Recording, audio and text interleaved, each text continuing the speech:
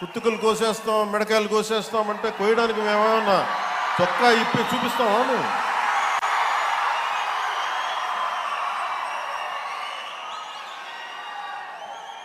నేను సినిమాలో డైలాగులు చెప్పడానికి కూడా ఇబ్బంది పడతాను. సింహం గడ్డంగి తీసుకుంది, మేము గడ్డంగి తీసుకోలేదు. ఈ సరదాగా ఉంటాయి మిమ్మల్ని చీరప్ చేయడానికో సరదాగా చేయడానికి.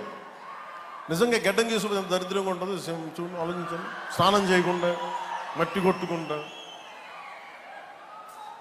అంటే ఇవన్నీ ఏంటంటే సినిమాల్లో చెప్పిన డైలాగులు. అవి ఎందుకు చెప్తున్నానంటే సందర్భానుసారంగా చెప్తున్నాను. ఖచ్చితంగా మీరు అద్భుతమైన పాలన చేసి కనుక ఉండుంటే మీరు 11 సీట్లకు వచ్చేవాళ్ళు కాదు. మీరు అంటే ఇది రెలవెంట్ కాబట్టి చెప్తున్నా. ఇది కక్ష తీర్చుకునే ప్రభుత్వం కాదు. ఇది తప్పులు చేస్తే శిక్షించే ప్రభుత్వం ఇది. అలాంటిది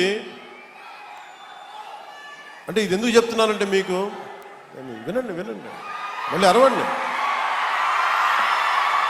మీ ఉత్సాహాన్ని కాదనలే, మీరు వినండి. అంటే మీరు అరుపులు అరుచుకుంటూ వెళ్ళిపోతున్నారు, వాళ్ళేమో బెదిరిస్తామన్నారు, కోస్తామంటున్నారు. మళ్ళీ మీ ఎర్ర జెండా శక్తి తెలియదు వాళ్ళకి.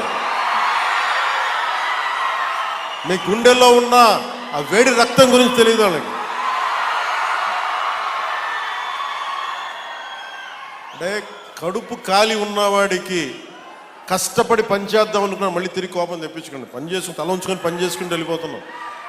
నిజంగా 11 సీట్లు వచ్చిన ఆ పార్టీగా మేము గౌరవిస్తున్నాం. ఈ ప్రభుత్వం గౌరవ ముఖ్యమంత్రి శ్రీ నారా చంద్రబాబు నాయుడు గారి నాయకత్వంలో ఉన్న ఎన్డీఏ కూటమి నడుపుతున్న ఈ ప్రభుత్వంలో తప్పులుంటే ఖచ్చితంగా చెప్పండి.